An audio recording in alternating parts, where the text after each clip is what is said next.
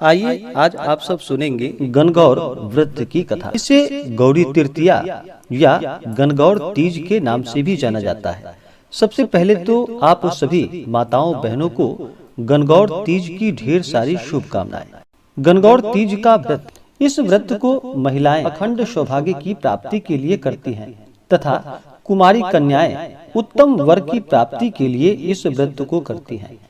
गणगौर के व्रत में गण यानी कि भगवान शिव और गौर यानी कि माता पार्वती, इस दिन भगवान शिव और माता पार्वती का पूजन किया जाता है। इस व्रत का आरंभ चैत्र माह कृष्ण पक्ष की तृतीया तिथि से होता है तथा इस व्रत का समापन चैत्र माह शुक्ल पक्ष तृतीया तिथि के दिन माना जाता है। इस व्रत के इष्ट जो कि भगवान भोलेनाथ और माता पार्वती हैं, उनका पूजन उपवास करने से सौभाग्य का वरदान प्राप्त होता है। सुहागिनें इस दिन दोपहर तक व्रत को रखती हैं, वह कथा सुनती हैं, श्रवण करती हैं और नाचते गाते खुशी के साथ पूजा पाठ कर इस पर्व को मनाती हैं। इस पर्व के लिए बहुत से जगहों पर चैत्र कृष्ण पक्ष की एकादशी यानी कि पाप मोचनी एकादशी को प्रातः स्नान आदि कर गीले वस्त्रों में ही रहती हैं। गीले वस्त्रों में ही रहते हुए घर में किसी पवित्र स्थान पर लकड़ी की टोकरी में जवारे को बोती हैं और एकादशी से लेकर चैत्र शुक्ल तृतीया तक व्रती एक समय भोजन करते हैं। जवारों की भगवान शिव यानी ईश्वर एवं माता पार्वती यानी कि गौर के रूप में पूजा करती हैं। जब तक इनका विसर्जन नहीं किया जाता तब तक प्रतिदिन विधिवत पूजन किया जाता है। सुहाग की निशानियों का पूजन कर गौरी जी को अर्पित करती हैं। उन्हें सिंदूर तथा श्रृंगार की वस्तुएं अर्पित करती हैं। अनेक प्रकार के नैवेद्य और भोग अर्पण करती हैं और फिर कथा श्रवण करने के पश्चात माता पार्वती यानी गौरी जी पर अर्पित किए हुए सिंदूर से अपनी मांग भरती है।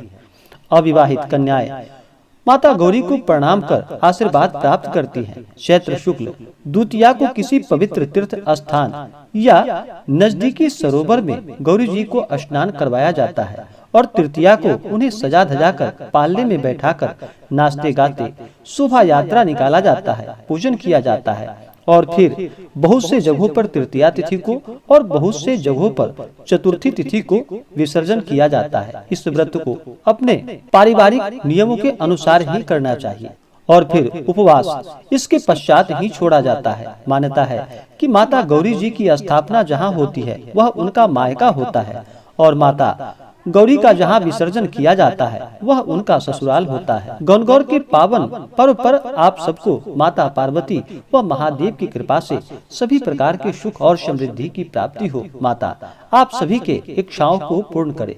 तो आइए सुनते हैं गणगौर व्रत की कथा।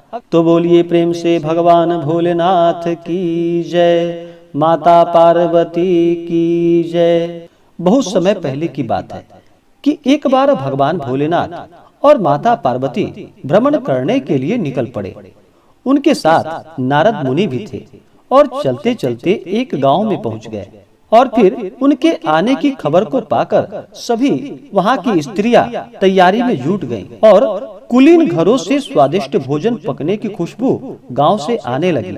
लेकिन कुलीन स्त्रियां स्वादिष्ट भोजन लेकर पहुंचती उससे पहले ही गरीब परिवार की महिलाएं अपने श्रद्धा सुमन लेकर अर्पित करने के लिए वहां पर माता पार्वती और भगवान शिव के पास पहुंची। माता पार्वती ने उनकी श्रद्धा व भक्ति भाव को देखते हुए सुहाग रस उन पर छिड़क दिया और फिर जब उच्च घरों से स्त्रियां तरह तरह के मिष्ठान और पकवान लेकर पहुंची तो माता के पास उन्हें देने के लिए कुछ भी नहीं बचा था।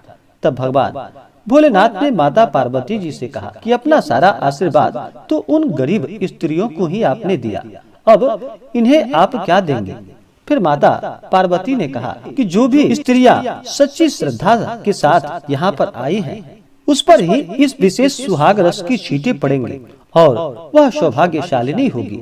तब माता पार्वती ने अपने रक्त के छींटे बिखेरे जो उचित पात्रों पर पड़े और वे धन्य हो गए। लोभ, लालच और अपने ऐश्वर्य का प्रदर्शन करने वाली पहुंची हुई महिलाओं को निराश ही लौटना पड़ा।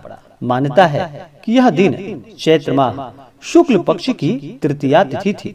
तब से लेकर आज तक स्त्रियां इस दिन गण यानी कि भगवान शिव और गौर यानी कि माता पार्वती की पूरे विधि विधान के साथ पूजन करती हैं, जिससे कि माता गौरी प्रसन्न होकर के अपने भक्तों को मनोवांछित फलों को प्रदान करती हैं तथा स्त्रियों का सुहाग अखंड रहता है और कुमारी कन्याओं को उत्तम वर की प्राप्ति होती है। तो बोलिए प्रेम से भगवान भोलेनाथ की जय, माता पार्वती की जय। इसी प्रकार से जो भी सच्ची श्रद्धा के साथ गणगौर का व्रत करती हैं, कथा श्रवण करती हैं, उन्हें सभी प्रकार के सुख और समृद्धि की प्राप्ति होती है। बहुत से जगहों पर चैत्र शुक्ल तृतीया के दिन सौभाग्यवती स्त्रियां इस दिन प्रातः काल स्नान करके उत्तम एवं रंगीन वस्त्र धारण करती हैं।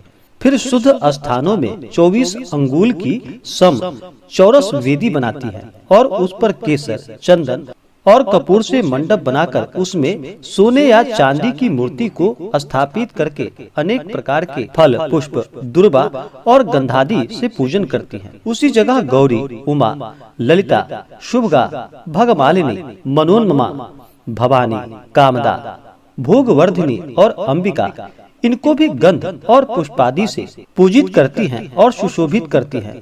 और भोजन में केवल एक बार दूध पीती है रात्रि के समय में। इससे पुत्रादिक और अखंड सुख सौभाग्य की प्राप्ति होती है। यह व्रत सभी जगह अपने अपने परिवार के नियमों के अनुसार ही मनानी चाहिए। किसी भी प्रकार के व्रत में नियम और निष्ठा का पालन करना चाहिए। व्रत के लिए कभी भी मन में संशय नहीं होना चाहिए। व्रत कभी भी श्रद्धा, भक्ति भाव और विश्वास के साथ ही करना चाहिए, तभी व्रत सफल हो पाता है। अगर व्रत के लिए मन में अश्रद्धा हो तो वह व्रत कभी भी सफल नहीं हो पाता। इसलिए विश्वास करते हुए ही उस व्रत को करना चाहिए। व्रत के दौरान ब्रह्मचर्य का पालन करना चाहिए। किसी के ऊपर बिल्कुल भी क्रोध नहीं करनी चाहिए। अपने मन में किसी के प्रति ईर्षा या द्वेष का भाव नहीं लाना चाहिए। सदा ही धर्म का आचरण करते हुए ही व्रत को करना चाहिए। जहाँ तक हो सके गरीबों को भोजन कराना चाहिए, ब्राह्मणों को भोजन कराना चाहिए, ब्राह्मणों को दान और दक्षिणा देनी चाहिए। कभी भी किसी का दिल नहीं दुखाना चाहिए और धर्म का आचरण करते हुए ही व्रत को करना चाहिए। इससे पुण्य फलों की प्राप्ति होती है। ऐसे ही ज्ञानवर्धक जानकारियाँ प्राप्त करने के लिए हमारे इस चैनल को लाल बटन दबा करके सब्सक्राइब करें, साथ में बेल आइकन घंटी दबाएं, ताकि मेरे वीडियो का नोटिफिकेशन आपके पास सबसे पहले पहुंचे।